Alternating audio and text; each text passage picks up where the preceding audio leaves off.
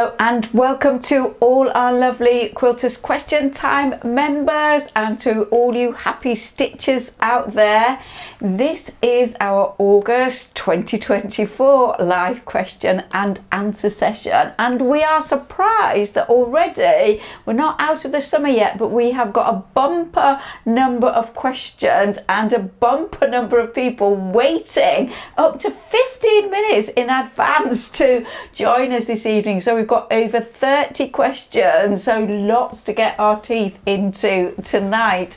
So I am going to have to rattle through those questions, aren't I, in order that we get as much covered as we possibly can. So I'll just hand you first of all over to David so that he can welcome you. Hi everybody, yes, lots and lots of questions this week, which is great. That's what we like to have. So the first person online, Anne Snellgrove, you got the prize for being first. I think you must have been about 10 minutes beforehand, because I looked about 15 minutes beforehand and there were people waiting. That's one of the good things about YouTube, you can wait and say hello. So Patricia Curtis, Susan Jenkins from Burrs Country Park. We were just trying to work out where that was, Susan. I think it's in the UK. I think you're motorhoming in the UK. Daphne Easter from Minnesota. Sarah Runicles from a blustery Teesside. Elizabeth van der Kloek from Canada. Jam Potts says hello everyone. Maggie Gordon, hello from Chester. Joe German from Buxton, and lots more people. So hopefully you can all hear us well, and we're looking forward to getting going with the questions. And Peter, my dear husband, may be joining us. He's actually here. He's not out running. He spent all day dismantling and cleaning the washing machine because it was refusing to work. We live in a very hard water area and everything has been soaked in bucketfuls of clear distilled vinegar. So it smells like a pickling factory in here at the moment. But fingers crossed, he might be joining us later. So he's not here right this minute to draw the two numbers out of the bag. Now I'm just going to do that, pass them over to David, and then I will explain what our lucky winners are going to receive this evening. So let me get rid of that and let me give you those, David. Now then, a little while ago I did a podcast for a Benina podcast called So and So, and a big surprise was about 2 or 3 weeks ago a large box arrived from America full of sewing goodies for me as a thank you for doing this podcast. Have you got a little photo though, David, of the website? If you didn't catch the podcast, or you'd like to catch my podcast and lots of other podcasts, it's soandsopodcast.com, and you'll be able to find my little interview and lots of other textile people chatting about what they do. Anyway, they sent me this lovely bag full of goodies, and one of the things they sent me was this little iron, which I don't have a use for, I have to say to you. So I asked them, the lovely Meg Goodman, who was the lady that I was dealing with, if she minded if I passed that on. And so one of our lucky winners is going to win a lovely little portable iron, and then the other lucky winner is going to win a little K-facet project bag along with a little kind of sewing tidy. Now you don't get the scissors, they're my precious Karen K Buckley applique scissors, but you can slot all your little things into there. So some different, nice, unusual prizes. Don't need to do anything, you just have to be a member of Quilters Question Time, and David will let us know who our winners are at the end of this evening. So David, question number one, or little show and tell number one, the first one, isn't it? Okay, I'm not teed up. As usual, I'm not teed up with the images. There's an image that goes with this one. Deborah Collins asked a question last time, and I can put the image up. So Deborah was asking a question on the last live about how to join circles. Well, she has now, as you can see, completed her quilt, and she says my circles quilt is finished, 57 circles, 107 joins, a little bit of binding, just a little bit around the edges. Just a tad. Walking foot and free motion quilting in variegated thread and metallic gold, hand embroidered lazy daisy, straight stitch, running stitch and French knots. So lots and lots of embellishments in there. Followed Philippa's advice from the last live Q&A for joining them and reinforced on the back with a small pieces of fused fabric rather than ribbon. Thank you, Philippa. She made a quilted panel for the top and attached the hanging sleeve to that, and she says it's her own original design, and she says probably obvious, but it looks pretty fantastic to me. So yeah, Deborah, it looks amazing. It's hanging absolutely beautifully, and your arrangement of all your circles is really, really super. So yeah, you're an expert in all of that binding round circles for sure, aren't you? And I'm thrilled that it worked out so well for you, and really like what you've done with it. Very original, so more than highly commended for sure. Okay, so the first question is from Christine Fountain, and Christine has been asked by a local hospice crafting group if she could quilt this double-sized bed quilt, and we've got another picture with this. So this is the quilt. It was a small picture, so it's slightly blurry. She says, I've put it together, but have put the quilting task off for long enough now. Need to get on with it. Any suggestions for how you would quilt this, Philippa? Okay, and I am bearing in mind that I need to be very fast with my answers this evening, so we'll try. Christine, I know you've already put the layers together, but just for anybody in future doing a similar thing, this is going to a hospice, so we don't really know what kind of patients are there, but perhaps it's end of life. I imagine that it's going to stay in the hospice. So if any of you get to do anything like this, you do need to think about your wadding, your batting, because they'll probably want to launder it fairly often, and it might get really quite, a fairly hottish wash, in which case I would suggest a cotton wadding or batting that has been pre-soaked to shrink it. Now then, what I think is, because it's going to get probably a lot of washing, I mean, I may be wrong here, I'm just speculating, but that it needs to have quite a decent amount of stitch on it to hold all those layers together to make it robust in use. So I would do quite a lot of stitching relatively close apart, but I'd keep it really simple. So I don't know what your quilting experience is, Chris, but if it was me, I would probably do a large stipple all over it with a variegated thread that picked out some of the colours, and so it could be evenly quilted throughout the whole thing. But if free motion is not your thing, then I would tend to do perhaps just wavy lines, even straight lines, or you could do cross hatching, but you could do wavy lines through the centre of each of those little hexagon ribbons. And again, we don't know kind of how big they are, but I imagine they're not that big. And I would just do them in one direction with a fairly long stitch length. I mean, you don't need to do free motion, you can easily do it with your walking foot. I would start in the middle and work out towards each end. We'd have a similar question a bit later on, actually. I wouldn't spend a lot of time agonising over a design. I would keep it simple, but I would do it fairly densely, and I would use a variegated thread certainly in the top of the sewing machine. So don't agonise over it, Chris. It's going to be appreciated whatever you do. Just get on and do it. I mean, just bear in mind, all of the people pretty much who are going to use this quilt are not going to be quilters, so whatever you do, they're going to think it's fantastic. That's great, thank you, Philippa. Okay, the next question is from Trix Russell, and Trix says, it was lovely to meet Kelly briefly at Festival of Quilts. We met lots of people at Festival of Quilts. We had a great time. So thank you to everybody who came and said hello. We posted pictures, and lots of other people posted pictures and selfies of us taking pictures with you and you taking pictures with us and so on. Anyway, Trix says, following on from my question a couple of months ago about a plique, I now have another one. When using tearaway stabiliser, is it imperative to remove all of the stabiliser? Some of the pieces I'm doing are quite small, meaning the stabiliser just turns to fluff as I try to remove it. And there's a picture here, and we can see that it has turned to fluff there in some of those bits. She says, pictures attached of the offending stabiliser and an update on the thread colour choices I'm using for the project after Philippa's previous welcome advice. So Philippa, does it all have to go?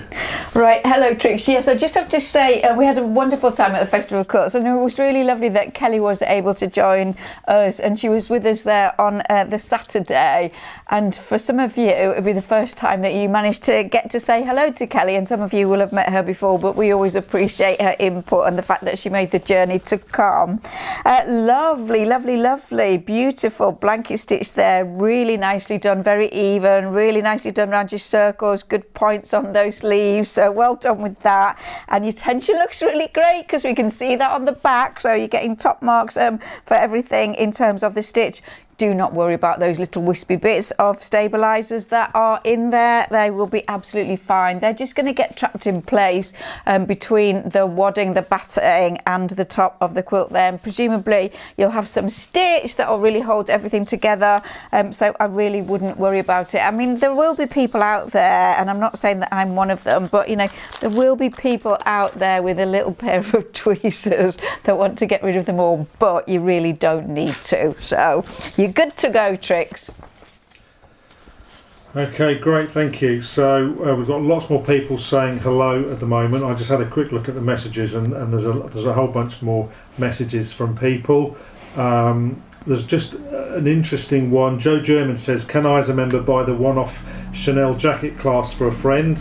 You can always buy a clasp for us. So yes, if you get in touch with Kelly, she'll give you all the links and tell you how to do that, and we'll set you up with that. And the next question is again about Festival of Quilts. I was going to say we recorded, you may have seen, Philippa recorded some comments and thoughts about a number of the quilts that were there, the best in show and some of the prize winners, and also some of our members' quilts. And some of them are published already on our YouTube channel and in the Facebook group, and we will be putting those into the course as well over the coming days, and I think there's about 14 in total, so we will be dripping them out over the next few weeks. Okay, the next question is from Penny Thorne, and Penny says, did Philippa buy anything at Festival of Quilts, and if so, what?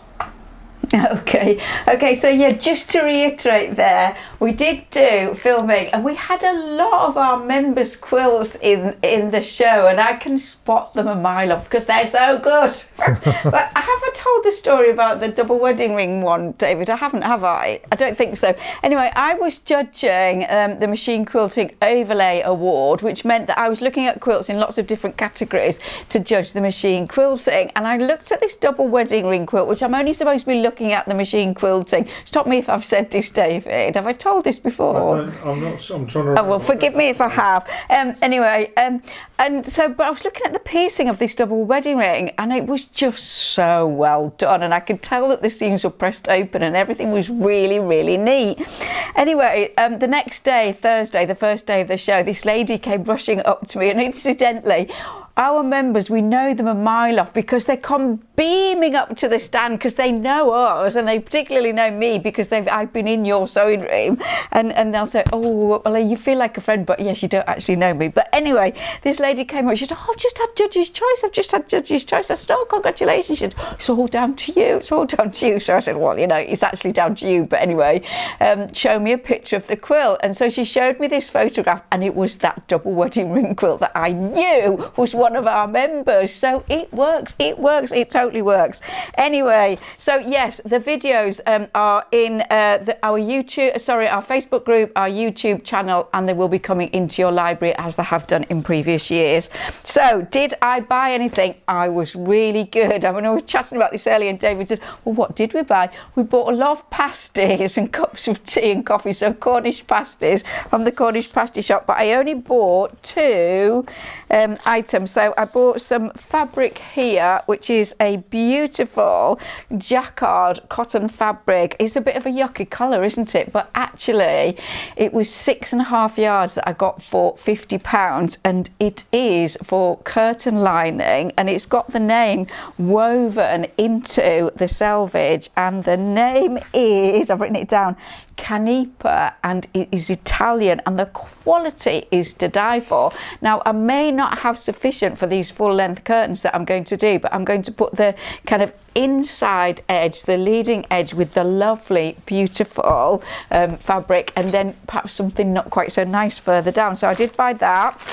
And then, I don't know if you can see glittery, but still thinking of trims on jackets, I bought these two lovely trims from I think they're made in India. Anyway, there were three young ladies who were serving me, and it was really busy, but I just snuck off from our stand for a little while. And I was wearing a red and white dress, which I've worn in various classes, and I had big earrings on, and I had shoes with big fluffy balls on the front, and I had my nails all red and white and everything. They're looking at me and they were saying, "Oh, show me your nails. Where'd you get your shoes from?" And then one of them said to me, "How old are you?" So I said, "How old do you think I am?" So she looked at me, she said, "I think you're 53. So that was a big flattering answer to that. So that is all I bought. So I was very restrained, but I have got stuff for England. I didn't need anything. So thanks for your question, Penny. You enabled me to tell a couple of little stories there. That's great. Okay, so the next question from Lynn Painter. And Lynn says, I found the classes to be enjoyable and full of excellent tips. Thank you, Lynn. Previous learning has always required the use of a walking foot when sewing several layers, and I noticed that you, Philippa, didn't use a walking foot to sew on the binding. When do you feel that it's necessary to use a walking foot? Okay, thank you, Lynn. So a walking foot, its aim is to help you feed the work through the sewing machine. So if you've got a lot of plies, it's quite thick and it really needs help getting through the sewing machine, that is the aim of the walking foot. So when you are doing straight line machine quilting, it is often really useful. Often I don't use it when I'm putting a binding on, because I quite often have piping that's gone on before the binding, and you simply cannot get the walking foot close enough up to the piping to sew the binding on. And what I would say to you is that there aren't any rules on any of this. I do have a very kind of friendly sewing machine, and I can reduce the pressure on the presser foot. And if you've got thick plies, if you have less pressure on the presser foot, it's not going to clamp it as hard, is it? And it's going to walk it through more easily. So what I would always say to you is, sew a little bit with your walking foot, sew a little bit without your walking foot, and just see which works better for you. I mean, I get kind of a bit out of the habit of using the walking foot because, I seem to manage okay without it. And then when I do put it on, I think, oh, actually, that is better. So whatever the operation is, if you feel you need help getting the work to move through the sewing machine, try it with the walking foot, try it without the walking foot, and just see which you prefer and which is working best for your sewing machine on that particular project. Okay, perfect. Thank you, Philippa. So the next question is from Michelle Hilberth. I think that's the name. And Michelle says, Philippa, I have a long arm machine, have only been long arming for a couple of years. I joined your group yesterday and watched the video on piping. And when I finish long arming a quilt, I trim it where the quilt top meets the batting. I noticed you did not do that in your piping video. Can you talk a bit about trimming quilt tops after they are long armed? Okay, so Michelle, I don't really think there's any real difference between how you would treat a quilt that has been long armed as opposed to a quilt that has been sewn on a domestic sewing machine or indeed been hand quilted. The reason when I am piping is that I leave the excess layers on the edge of the quilt and don't square up before I put the piping is that I find that having that extra fabric on the edge really helps to stop things stretching and distorting as I sew the piping on. It's only when the piping has been stitched on that I then trim the quilt up to the finished size and then bind it. So that is my main reason for leaving that excess on. But if I wasn't going to put piping on, then clearly I would be squaring it up at that point when all of the machine quilting or hand quilting had been done.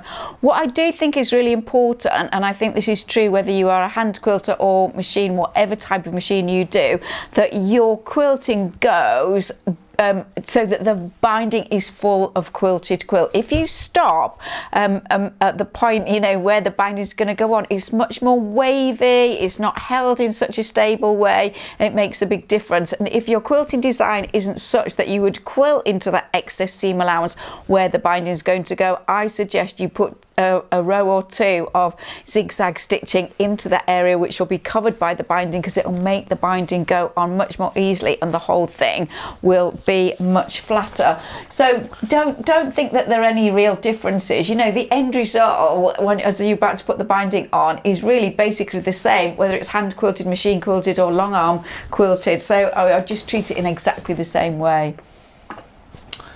Okay, thank you. We're starting to get through some of these questions. This is question 7. We've got, what do we say, we had 31, so we're doing okay. We're 20 minutes in. Yeah, but I still need to speed up, don't I? You see, I think the thank you that he said was not about oh, that's a good answer to the question. It was that you were quite fast there. That's what that was about. Thank you, Philippa, for no. Next question is from Nicolette, and Nicolette says, how do you avoid bearding from batting wadding coming through the quilt, and what is the best way to deal with it? I had some bearding from a wool wadding, but also some from a cotton polyester wadding mix 80-20.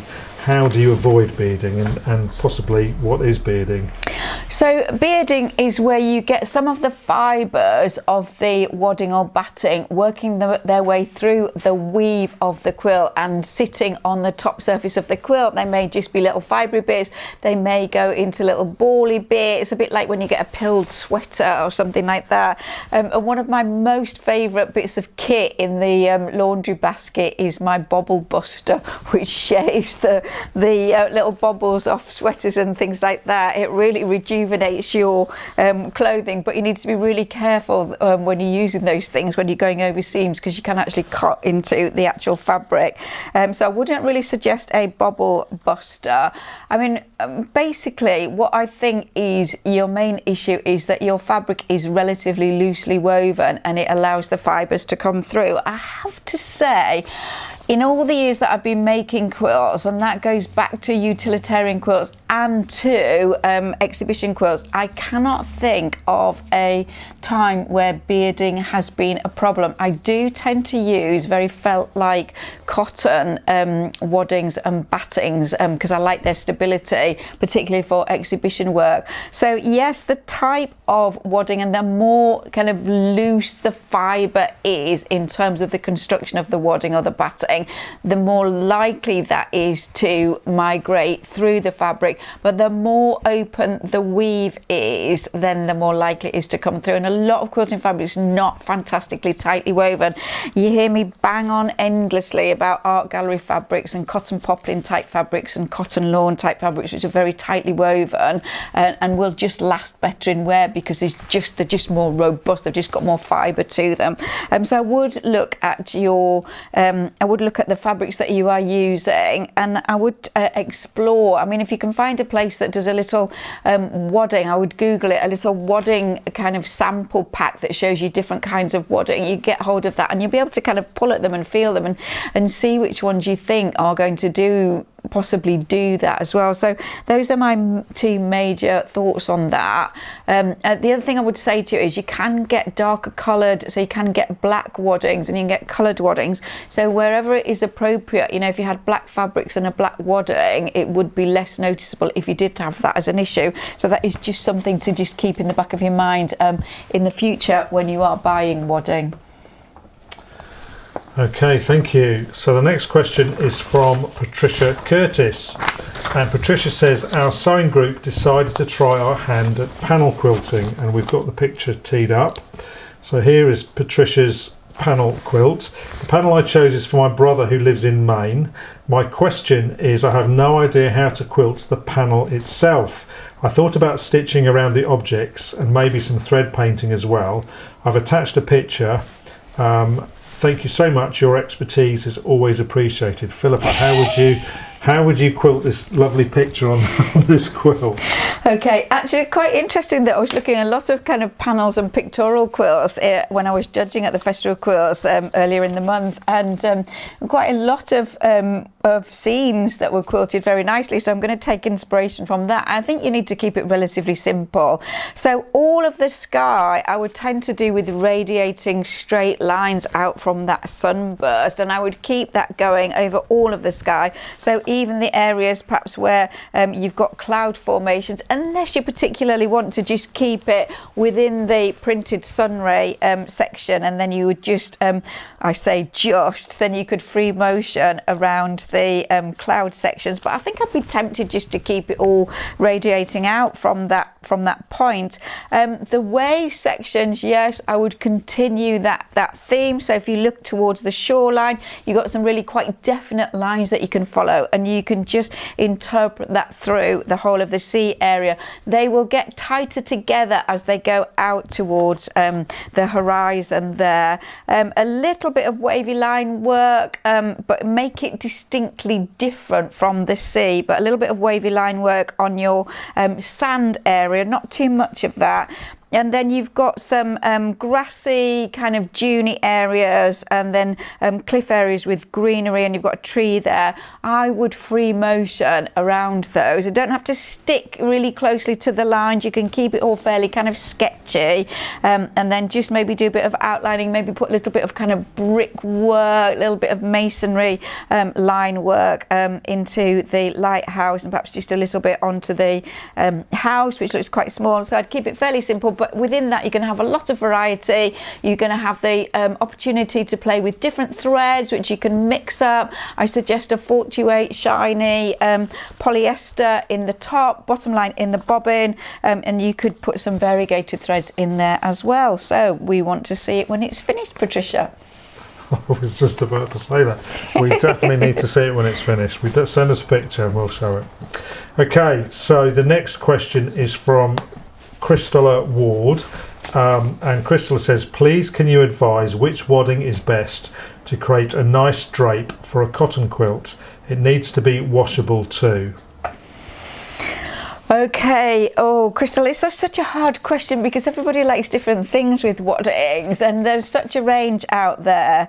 I mean, don't say whether you are going to machine quilt it, hand quilt it, what you're going to do with it. We have no idea of the style, how much quilting is required, whether it's going to be close together or whether it's going to be fairly far apart.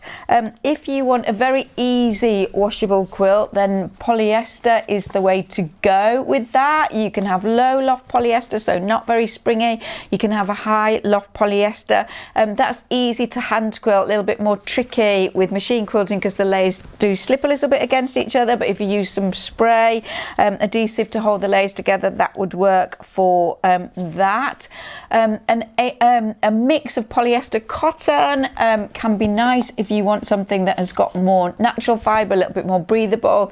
I wouldn't put a polyester wadding in a baby's quilt or a little toddler's quilt because they can't regulate their temperature, so you're much better with the natural fibre for that. So a 50-50, half and half polyester cotton. You could try an 80-20, which is more cotton, less polyester, but still has a nice drape to it.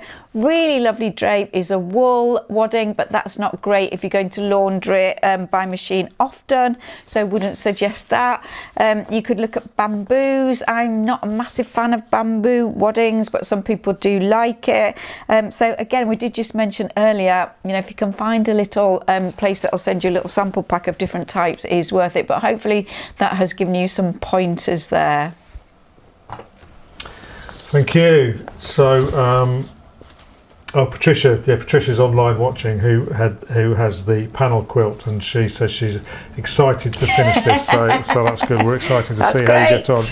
So the next question is from Jean Randall from Arizona, And Jean says, we haven't had this question before, I don't think. My technique for ripping has been refined over many years of use, but how would you go about taking out seams to stitch them over again, especially lots of seams or rather long seams? Even when I make test pieces, I will change my mind and want to do something differently. Therefore, I rip. And sometimes I have to rip more than once. Thanks, and that's Jean Randall. So Jean, I have done much teaching in the States, and a thing that I always would try to encourage my students is when they were taking out stitching, not to use the American term of ripping, but to use a slightly less severe term of unpicking, because ripping just gives me this image of the fabric being torn, whereas unpicking just seems quite a little bit more gentle. Okay, so from now on you are going to unpick. Okay, so that's my first thing to say.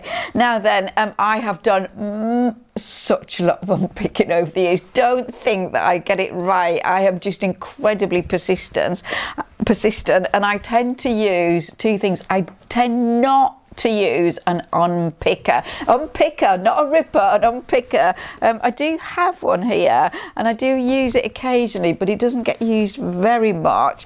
I have here the most beautiful little pointy tool it's just absolutely perfect because the tip is not too sharp. So what I do is I get under the stitch and I pull it and it will break the thread on the top, and it never seems to dig into the fabric and make a hole in the fabric. And I quite often will go down the piece and I will just it depends on the stitch length and what I'm doing, but every, I don't know, centimetre, 2 centimetres, 3 centimetres, depends what it is, I'll just break that stitch. And if the little this little pointy tool doesn't work, then I do the same with scissors, but you need a really sharp tip to the scissors, and I'm just clipping the thread. So if I go along the seam and I cut a thread at intervals, I can turn it to the wrong side and I can take the uncut thread and pull that, and then most of it will come unstitched, and then I'll just use my tweezers to get rid of all those little bits that get left behind. So that is what I tend to do. Oh, I can remember telling David this story. I used to teach a weekly garment making class, and students would come, and I had a particular lady who would come, and she had a little battery operated unpicker. It was like a really small hair clipper thing, and she used to run this down a seam, but she was forever cutting into the fabric and just seemed to be slashing it to pieces with gay abandon, and it didn't seem to worry her at all, and that used to really bother me. So anyway, that's what I do. This little thing, it has my name on it. It was given back to me by my very good American friends Barbara and Emily, and it says Philippa on it. It's really, really beautiful. I lost it for ages and I thought it had fallen into the waste bin and been thrown away, but I found it right at the bottom of the laundry basket after about 3 or 4 months. So good idea to check the bottom of your laundry basket from time to time. Okay. So Julie has said, what do you call it? Because she says she's very friendly with her Jack the Ripper, which is what she calls it. Well, it has a steel. It's about 1 inch long.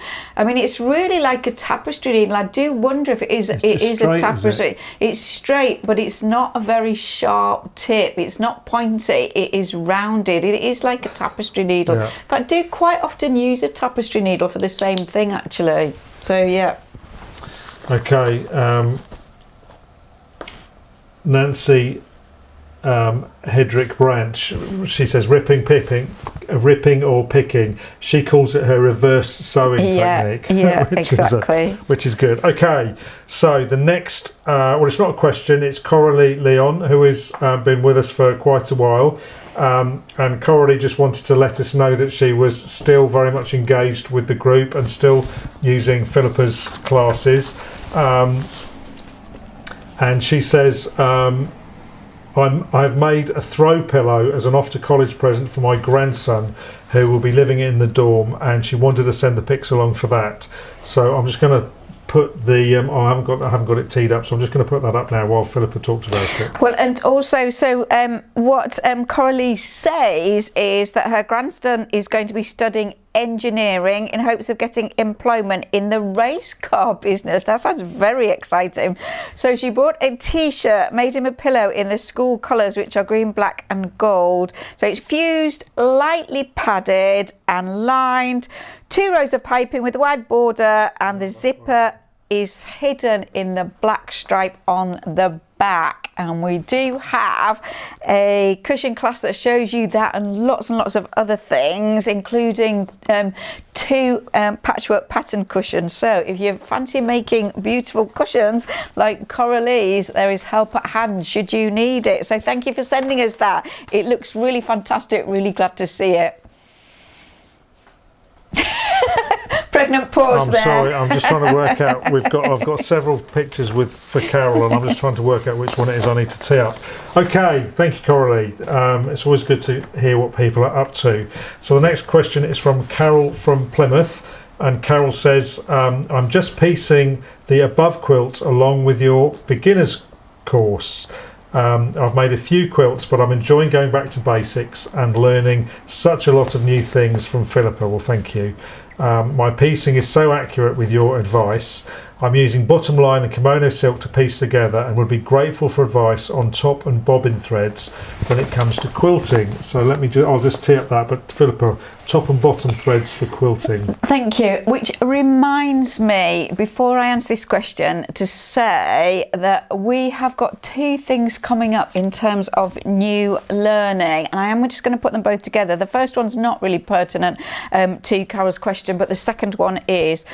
So at the Festival of Quilts, we keep going back to the Festival of Quilts, we had a set that loomed large in our it does, yeah, it does. It certainly does. Yeah, we had, it was if you had your washing hanging on the washing line. So we had a lot of our samples hanging on a washing line, pegged on a washing line, and then we had washing machine themed things. And I made a peg basket as one of the props, and quite a number of people who came along and saw it said that they would like to have a little class on this. So on Thursday we are going to be filming this class. Now it's not going to be ready for a little while because David's got a holiday on Friday, and he is allowed to go on holiday, but I'm going to show you how I made the pattern, how to go about making a pattern. There will be a pattern included in it.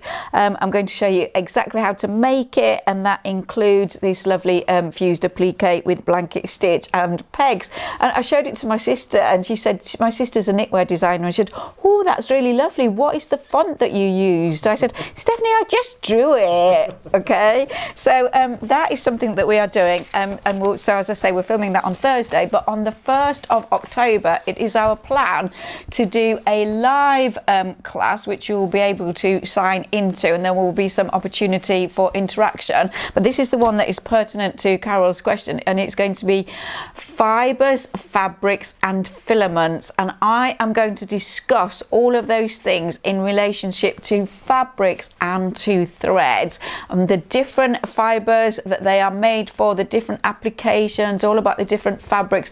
And it's going to be useful for both quilt makers and garment makers, and it will be recorded. So once the live session has finished, and we anticipate it to be an hour and a half, 2 hours, don't we, David? And we will stream it in the evening. It will be filmed and it will go into your library, so you can buy it and watch it on the night and then have it in your library. If you're not able to watch it on the night, it will be recorded and go into your library as well. It's a very similar format to the Sewing Machine Savvy that we did a few months ago, in an attempt to address all of those things that you kind of know a little bit about, but you really need more information on. So that will be a good one for you, Carol. But in the meantime, my suggestion is stick with your bottom line in the bobbin for your machine quilting, and I really like to use a 40 weight shiny polyester in the top. You can get that in a myriad of plain colours. You get lovely variegated colours. Lots and lots of different manufacturers make it. Because you are in the UK, I suggest you explore the Barn Yarns website and look for their 40 weight polyesters, and you will see a big range and also quite quite a big price range to choose from with them as well. So Carol, that should keep you going until the 1st of October.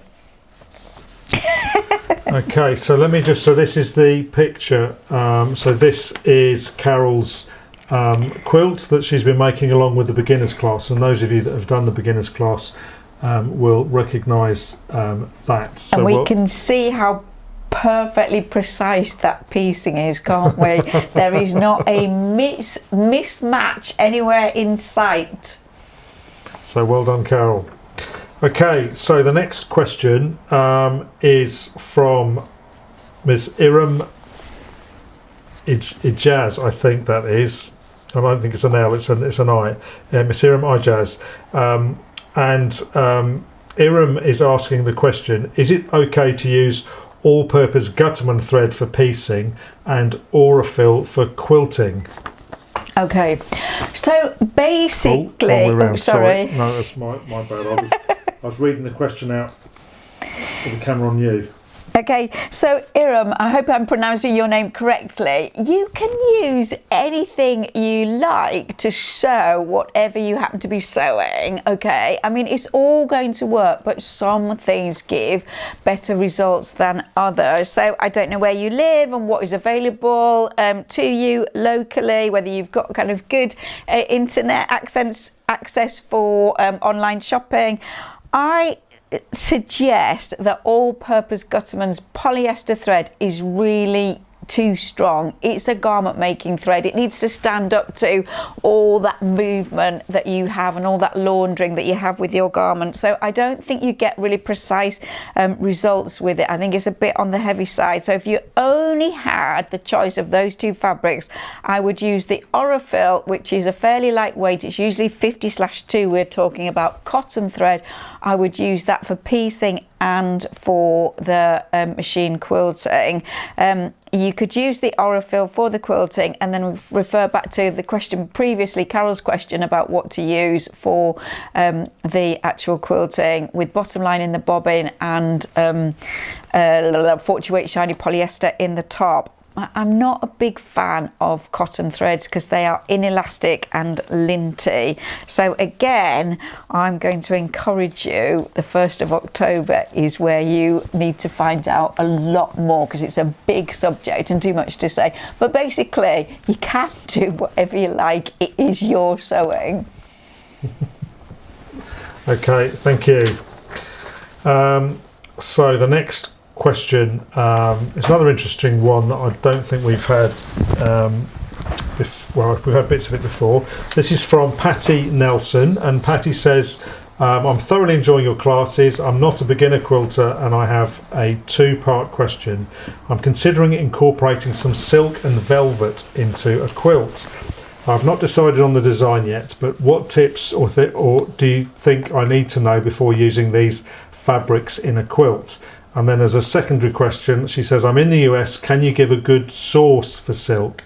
It isn't available to any of the fabric or quilt shops around me. And that's Patty Nelson. So Patty, the first thing I'm going to answer is the second part of your question, which, can I give you any good sources for silk? And I'm going to pass that over to our membership that live in the States, because I'm here in the UK, and so that isn't anything that I really have much expertise about in terms of fabric that you can buy silk in the States. So my suggestion is that you post that in the Facebook group, and you will get lots of really great answers. Everybody has a huge amount of knowledge that they're very willing to pass on. Okay, so thinking about incorporating silk and velvets into a quilt. As a beginner quilter, my first suggestion is not to make the pieces too small. So she says she's not a beginner. Oh, she's not a beginner. I'm sorry, I apologise. Okay, then you can go small. If you are a beginner, keep the pieces fairly large, because they'll be less fiddly. I mean, there's a huge range of possibilities in silk and in velvet. So, you can have very fine, almost see-through silk fabric. You could have a really heavy, slubby, raw silk fabric. fabric, everything in between and beyond. Okay, so it's a really big range. I imagine you're talking about something like a fairly light to medium weight, fairly shiny silk. Likewise with velvet, you know, you can have silk velvet, rayon velvet, cotton velvet. You can have all kinds of mix of fibers used in velvet, and they will all offer you different things. Some will be cheaper than others, some will be more stretchy, some will be finer, some will be more slippery, some will be more shiny, some will be more matte, and so on and so forth. So I would encourage you to try not to have a huge variation in the thickness and the weight of all the different fabrics that you're going to use, because it's just going to make it a little bit tricky. But don't see any problem in incorporating whatever you like. Be careful when you're working with velvet that you don't press it really hard, because you will flatten the pile. You can get a velvet board, which I do have one, which is lots of little needles that stick up that you put the pile down into, but they're very expensive. So you use a scrap piece of velvet to press. You put the scrap piece of velvet uppermost so the pile is sticking up. You put the piece you're working on down so the two piles nestle into each other, and again you press relatively lightly, don't give it a good old hammering. So my suggestion is that you start to collect some little samples. You know, you could go to thrift shops and choose, you know, find some garments. You might find, you know, a velvet dress or a little velvet something that you could use, and you do some sample work before you launch into it so that you are not immediately cutting into your fabric. So I think it requires careful thoughts, preparation, some sample making, but everything is doable. Okay, thank you. So a couple of comments. Several people are asking how much the course will cost on the 1st of... We haven't quite got that. It'll be very similar to the last live course, which I hesitate to give a cost because then it's out there in the ether, isn't it? But it's not as much as one of the standard classes would be. We'll post some more information shortly. Now that it's out there, we'll let you know. Doesn't anybody want to know how much the peg bag class is going to cost? Is it worth me doing the peg bag class? Yeah. And Iram says she's in the UK. Okay. So that's good. So hopefully that's good. Karen has given some places where silk is available in the US websites, including Red Rock Threads. So there's a few comments there if you can read the comments. The next question is from Sue Elhatow, and Sue says, I haven't got a question, but would just like to say that in my mature years I have discovered a revelation. At present I'm working on the miniature quilt. Oh my goodness, I'm using bottom line thread in the top and bottom with a 90 needle, and we think she means a 60 needle. Sewing with this combination is wonderful. Just a note, I remember one lady saying her automatic needle threader doesn't work, and yes, the needle threader won't work because the needle is so fine. But she says, I would urge anyone to try bottom line thread. It's a game changer. Thank you, Philippa, for the wonderful lessons. We learn something new every day. And that's from Sue. Thank you very much, Sue. That is lovely to hear. I'm glad you are enjoying using different threads and needles. Okay, so the next question is, we've confused somebody. We've confused Patricia Kendall. And Patricia says, I'd like to know, she's confused with Philippa's thread introduction. I'd like to know if our first try with bottom line polyester by Superior Threads should be 50 2/3 or what the initial size and ply.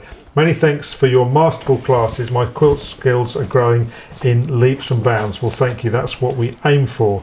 I'm determined to make an exhibition quality quilt for my age group, 78. Well done, Patricia. But Superior Threads, bottom line, how big should it be, Philippa? What's the sizing? Okay, so Superior Threads, that is the manufacturer, the name of the manufacturer. Bottom line is their bobbin thread. It is designed specifically as a bobbin thread. It is a polyester thread and it is a 60 weight thread. It doesn't have a ply number. I know that is going to mean nothing to some of you, but wait for that class that's coming, okay? So there's only one available. If you're buying bottom line, that is all you're going to get. There is no choice. It is a wonderful bobbin thread, and who just said, oh, Sue just said it is a game changer. Okay, so thank you very much for all of that, Patricia. Okay, another needle question. Now, we haven't organised this into any particular order. This is just how they've fallen, but we've got a question from Christina Burton, and Christina says, just to say I'm really enjoying your classes. I came across you at Festival of Quilts, so I'm quite a new subscriber. I have learnt so much already. Thanks for sharing your knowledge. My question is relating to machine needle size. I can see you use a fine needle and thread for piecing, etc. But do you need to change to a larger needle when sewing layers, batting, binding, etc.? I'm self-taught, and until I watched your classes I used to use a 90-14 for everything. The finer needle and thread has certainly made a difference and improved my piecing for the better. Love your pressing techniques too. Looking forward to watching and learning much more from your classes. And that's Christina Burton. So Christina, my personal preference is to use the finest needle that you can for the job that you are doing. So if the machine is sewing well, the needle's not fighting to get through, you're not getting snarl threads, looping, anything like that, use the finest needle you can get away with, really. I think a big needle kind of makes holes, it's damaging, but also a bigger needle, the kind of shaft bit of the needle with the long groove in it, that holds onto the plies and it drags them down the needle plate and it pulls them up.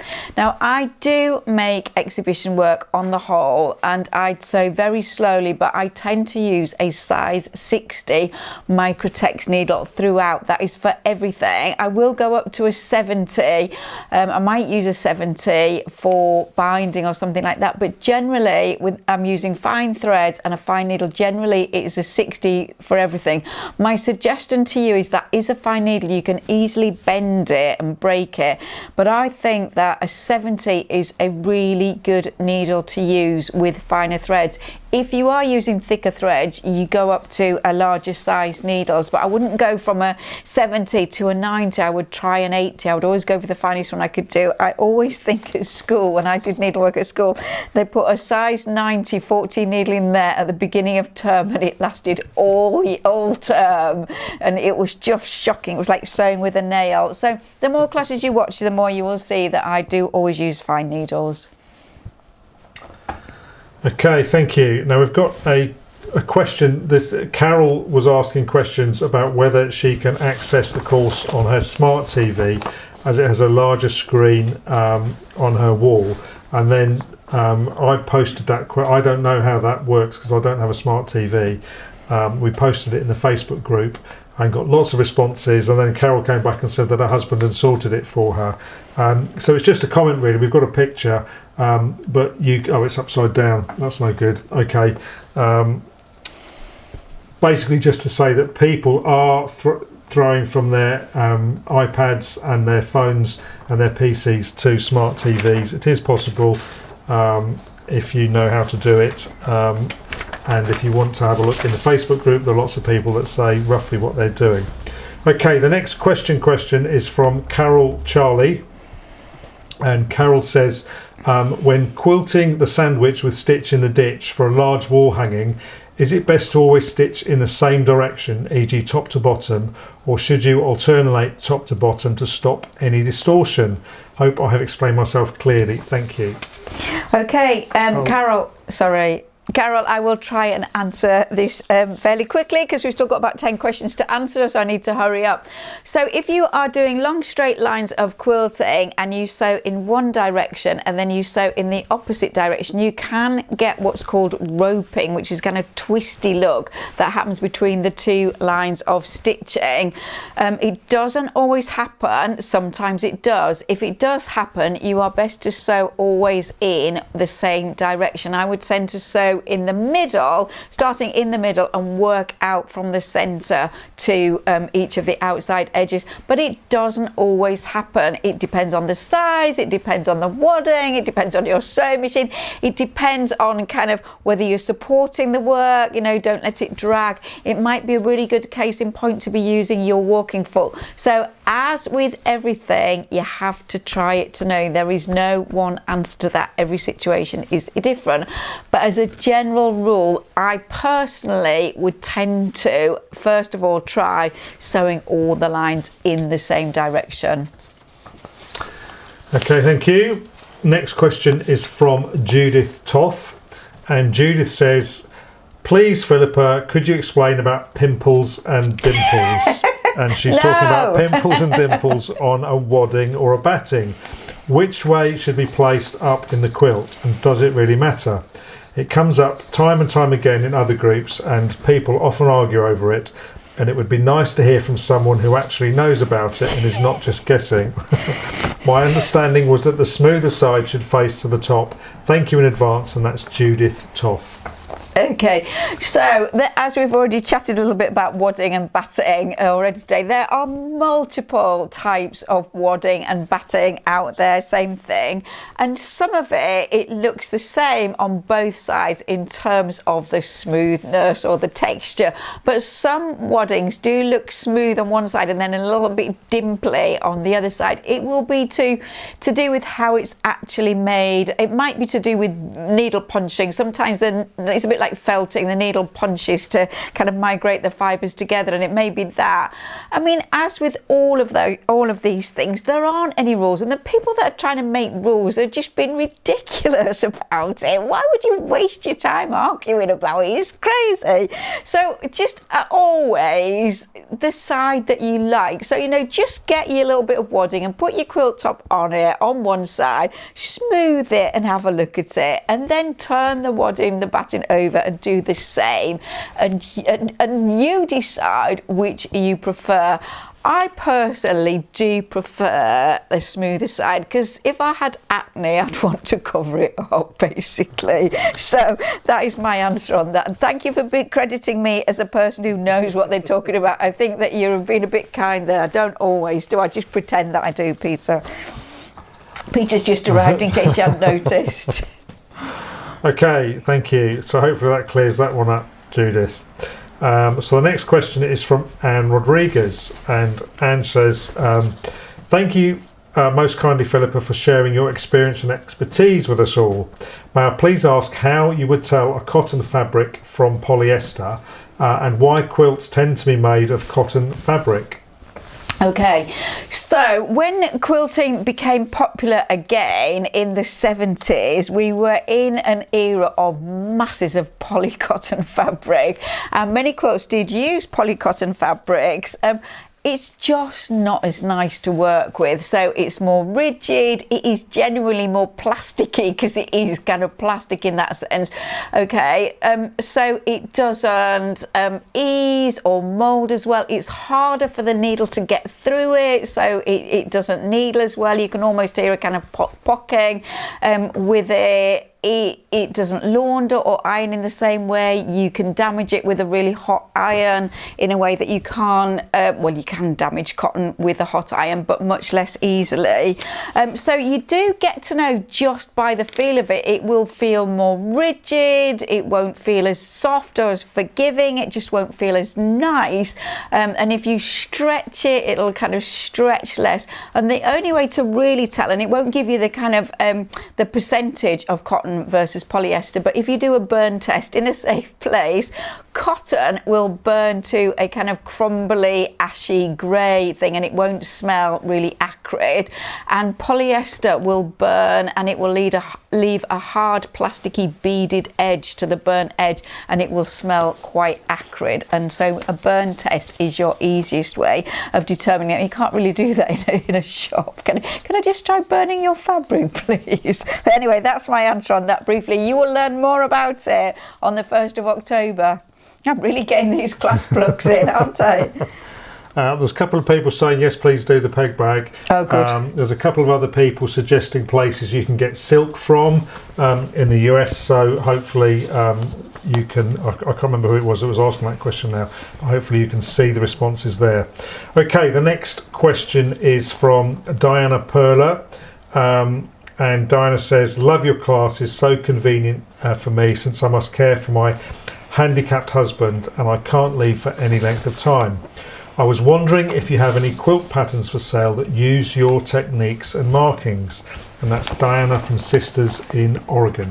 And Sisters in Oregon, a famous place for an outdoor quilt show, which I have never been to, which is unusual because I've been to most of the big quilt shows in the States. I always wonder what happens when the birds fly past with those lovely quilts hanging up on buildings and trees and things. But anyway, right, the good news is, Diane, is that you have already got lots of patterns in season 2, which you have paid for up front. Yeah, so we checked. Yeah, David had a good look. So in season 2, there is you've already got the curved piecing, there is the Jack's chain quilt, there is the double wedding ring quilt, there is the feathered star quilt with the Lemoyne centre. All of those patterns are included with the classes, so you don't need to buy anything extra because you have paid up front. You paid for everything. You can get in touch with good old Kelly, who's always there to help us, and she can let you have all of your classes at once if you would like them. So your problems are all solved. You've got at least 3 or 4 different things there that have got patterns included in them, and there might be more just off the top of my head. I just can't think in season 2, but plenty to be going on with. Anybody else who's interested in that, those 3 classes, the Jack chain, the double wedding ring and the feathered star, if you don't want to buy season 2, they are available as a project bundle with those patterns for a very good price. And I think you also teach people how to draft their own patterns as well, don't you? I do. There's the templates in there, but you also show people how you draft it from first principles, which is what you did to draw the patterns. Okay. Penny Thorne says, many years ago I used to buy dressmaking fabric on a local market, and the stall holder would burn little pieces for me to test the fabric content. So, how nice! Yeah, so okay, next question from Julie Jarvis. And she says, I've just completed piecing the Lemoyne star quilt and my thoughts have turned to quilting it. Being a relative newbie, I've only done stitch in the ditch and diagonal lines previously, although I have practiced the free motion quilting from the class. And yesterday I watched version 2, piping and binding, and to my surprise at the beginning there was Philippa's Lemoyne star quilt. I tried to look closely to see how she had quilted it, but I really couldn't tell. Could Philippa explain what she did? Thank you in anticipation, Julie Jarvis. Okay, so Julie, I didn't actually quilt that quilt. It was quilted by Kath Brough, who is a long arm quilter, and she quilted it for us so that we could have it ready for the Festival of Quilts, I think maybe last year. But what I'm going to suggest that you do, because it is addressed with this quilt and other quilts as well that we have done, particularly the Jack's chain. Quilt as desired, we know that you have it in your library, and we actually know that you watched it on the 27th of August last year, so it's been a year since you visited it. It gives you tons of inspiration and what I look for in a quilt. So you might have a particular fabric in the quilt that you've just made. Maybe it's got a particular design in the print that might inspire part of the quilting desire. It might be to do with the shape. So I'm going to ask you to revisit that class, and you will see it differently now, having completed that quilt top, to how you saw it a year ago. And I feel absolutely sure that that will give you lots of really great pointers to start moving forward with your quilt. And I actually think that it will be really great for you to come up with a design that is really pertinent to your particular fabric and fabric colouring and design, rather than just copy the one that Kath did for us. Okay, thank you. So we're getting there. We are slightly over the hour now. We've got about 4 or 5 more or 6 more questions to go. The next question is quite short, I think. This is from Lynn Ryan. It says, when free motion quilting, do I need to backstitch at all? Okay, so Lynn, I'm not sure whether you've watched any of our free motion classes. I'm afraid we didn't have a chance to check that, but I think the first free motion class is about class 4 in season 1, and I explained to you exactly how I start and finish my free motion quilting. I personally don't do a backstitch. I don't personally like it. I like all of the stitches to be the same, and I show you how I start, how I finish, how I tie off the ends and everything.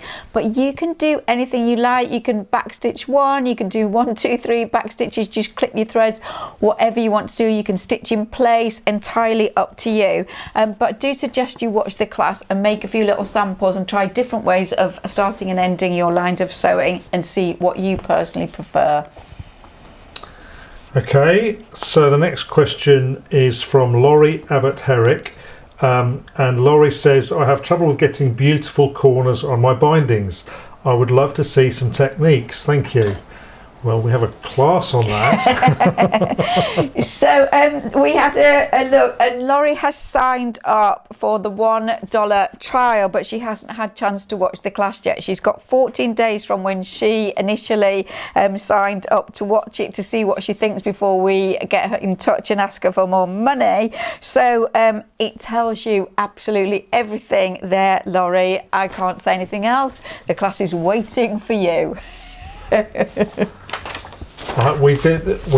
about half an hour of teaching on the binding, how to make the binding, and particularly the corners. So it's the first class which goes into, or most people it's the first class unless you start on the beginners.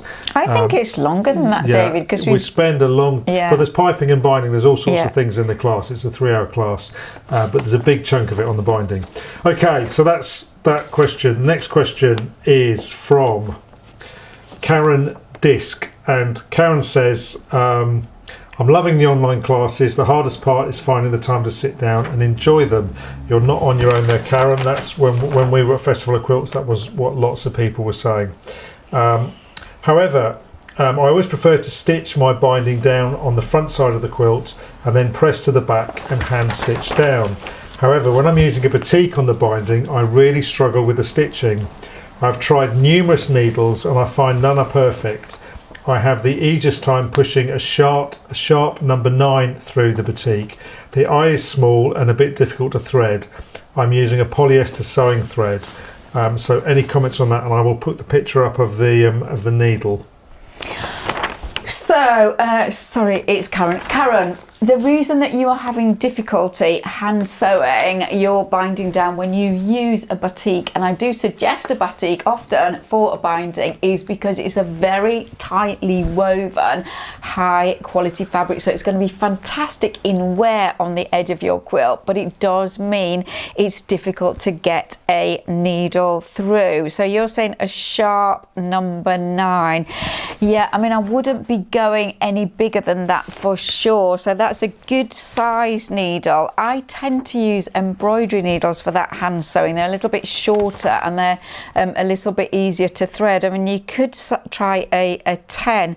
Now, what I wonder is, you, I think, are doing a slip stitch, and so as you are sewing, hand sewing the binding down, it's the double folded binding. You are taking the needle through 2 thicknesses of fabric. I use a ladder stitch which only goes through a single thickness of fabric.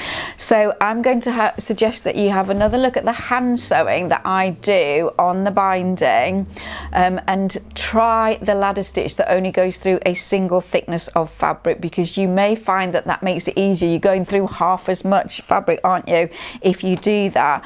I would also suggest to you that in version 2 of the piping and binding class, I show you how to machine finish the binding off, so there isn't any hand stitching in it, and you might like to try that as an alternative. So 2 things for you to look into there, Karen, and I would do a little bit more kind of research on the needles and try different types of needles, because I do also find it isn't just about the size of the needle. The length of the needle can make a difference. Some people like a longer needle, some people like a shorter needle, so look into other needles as well. Okay, thank you, David. forgetting which buttons to press now. So, okay, I think we're there. I think we're okay. So the next question is from Jill Shelton. And Jill says, I love your tutorials. You've taught me so much already and I have so much more to learn.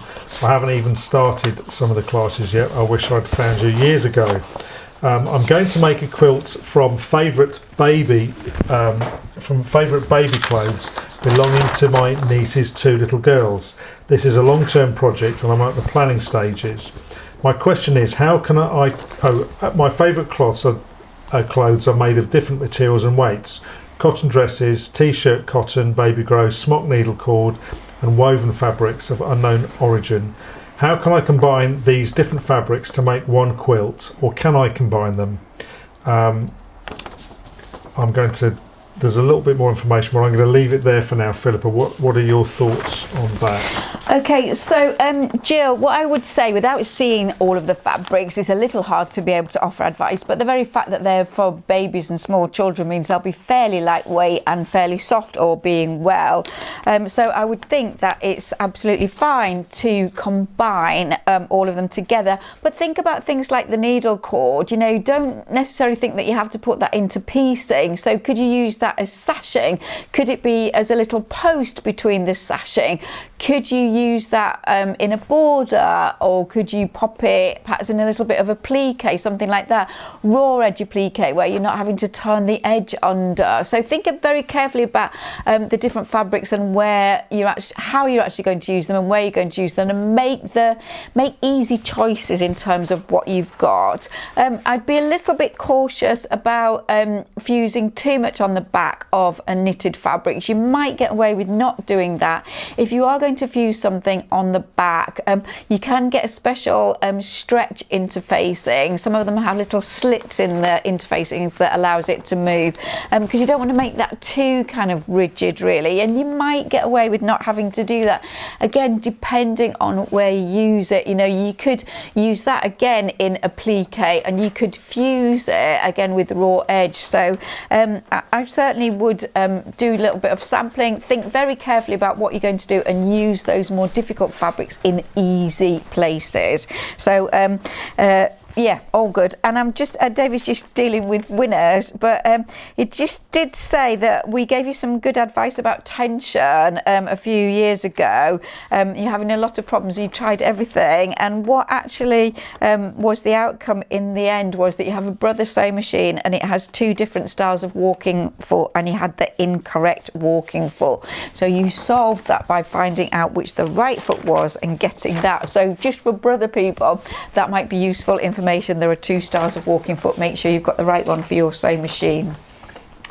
Okay, so we've just got a couple more questions and then an update on Kathy's quilt from Festival of Quilts. This is from Lynn Onions.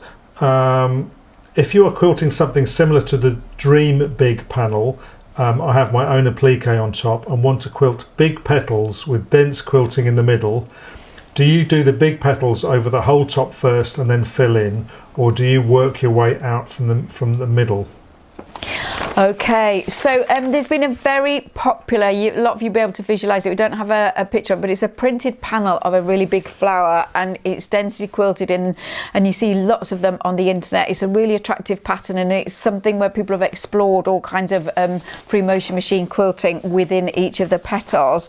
I would start in the middle, Lynn, and I think that I would tend to, so if we think of radiating petals, I might outline 2 or 3 of the radiating petals out from the centre and then infill those, and then maybe do another 1 or 2 petals and infill those, and so on, rather than just working completely out from the centre. So rather than kind of just outlining and infilling the first lot and then the second lot and so on. But I wouldn't suggest that you outline everything before the infill, because layers do tend to shift. So if you do to some degree work out from the centre, you've got the ability to keep everything much smoother and going where you want it to go. So we look forward to seeing your enhanced version with the applique and what you do with your quilting. Thank you. Okay, the next question is from Leanne Chippock. And Leanne says, is there a whole quilt design outline for Jack's chain that we can print out to play with the colour? Okay, so this is one of the classes in season 2. We've already chatted about it. It's quite a interesting design in that it has 9 patches set around a hexie, and in between all of that are triangles. So you've got Y seams and lots of interesting things. And you can obviously use a range of fabrics in that to create additional interest in your piecing, so that you're not using the same fabrics across the entire surface of the quilt. So within the class, I make a particular project and I give you all of the templates for the Jack's chain block, and also the shaped border that encompasses several of those blocks when they have been put together. But there is not a printout of just multiple blocks that you can colour in, which I imagine is what is wanted in order to determine which fabrics to go where. I personally would do a little paper pattern just on paper. You could use graph paper, and then I would photocopy that, and then I would use that as my actual basis for working on colour. I mean, having said that, I have to tell you that I tend not to work in terms of putting it on paper first. I tend to work interviewing fabric as I'm going along. So I make the central block and then I kind of interview from that point onward. So you've got all of the templates that you need, but you don't have a printout of multiple outline drawings. So I would draw yourself one out using the templates as your guide, and obviously scaling it down and photocopying those, Leanne, and then you will be able to give yourself some idea, but also work intuitively with the fabrics, seeing what goes where when you actually start to assemble. Thank you. Okay, so that's the last of the questions that we are going to be answering. Just a comment, Kathy, and I can't remember what your last name is, Kathy, but Kathy had a quilt, and I've got the picture here, in the Festival of Quilts, and Philippa actually recorded just a short piece about this. But it's a very personal quilt because Kathy has scoliosis, and it shows an X-ray of her back, and then some imagery which shows her examples of her back just quilted there. And she says, this isn't a question, it's in case anyone's remotely interested. You may have seen it at the festival. She has since contacted the Scoliosis Association and will be donating the quilt for their fundraising efforts, a raffle or something. It's in its second incarnation, as she had to redact the info on the X-ray. And you may remember a couple of live sessions ago, Kathy was asking questions about how to make sure that the prairie points didn't topple over, and you can see that all her prairie points are very proudly standing firm around the edges. So, Kathy, that's really lovely that you're going to donate that to the Scoliosis Society. And what's really great about this is that we're really getting the whole story on this. And it's fantastic that we're seeing the progression of the life of this quilt. So really, you have to tell us, you have to get the Scoliosis Society to let us know what ultimately happens to your quilt, because we really would love to know. So congratulations on a really great job all round and getting it into the Festival of Quilts. A little film will be coming on that, and its story continues. So marvellous. So Peter is here with winners. Now tell me, Peter, are you confident about your washing machine fix? We've had exactly the same failure message. Oh no! Yeah. Oh dear. But I did hear you say that I've been all day working on the washing machine. That's not true, in fact, was it? I didn't start till lunchtime on the washing machine. Yeah, but it's now 20 past 8. Yeah, I know. But if you remember, first job of the day was renovating your... So we had a little day out yesterday. It was a bank holiday, public holiday here yesterday. And one of the things we did, we went to a little place we know that sells all kinds of junk at very reasonable prices. And this brass brass candlestick was £5. That's about $7 or $8, and it's really weighty. It's a nice little thing, but it's a screw thread that holds this section onto the base, and there was a gap and it wouldn't screw properly. So over to you, Peter. So I could not get it to tighten up. Something was damaged on the thread, and so there was going to be a gap. And I'd just recently thrown away this shower head, which is brass. So I cut what in effect is a washer, really, a thick washer from that. Filed off the chrome to try and get it back to more or less to brass. It's actually got a copper finish on it first. Between the chrome and the brass, they've obviously put copper, so you can see it actually is kind of silver and copper. I could do it further to get rid of that, but I quite like the finish on that, and so put that in. So it took him how many hours? 2 hours maybe. A couple of hours. It's probably worth £6 now, isn't it? Yeah. Anyway, it's a thing of beauty. Thank you. So can I just ask all of you, please send washing machine fixing vibes into his head. So because if we can't, F11, Miele F11. That's the problem. Okay, if we can't get it fixed, we can't do any laundry. Right, our lucky winners. Lucky winners are Fiona Fenton and Judy Richmond Pakanowski, I think. Marvellous. Well, so thank you. So Fiona and Judy, we hope that you enjoy your prizes. We will be in touch, or David will get in touch to ask for your postal address, and then we'll get your present sent off to you. So a little bit of a longer session this evening, but hopefully still of interest and not too long. We will be back on Thursday for our garment makers question time, and the 2 new classes will be coming very soon. So from Peter, bye-bye. Anything else you need to say, David? No, we're all done. Oh, all done. Okay, so from us here, we're now going to toddle off and have something good to eat, and then hopefully sleep well. We hope the same happens to you for today, and we look forward to seeing you again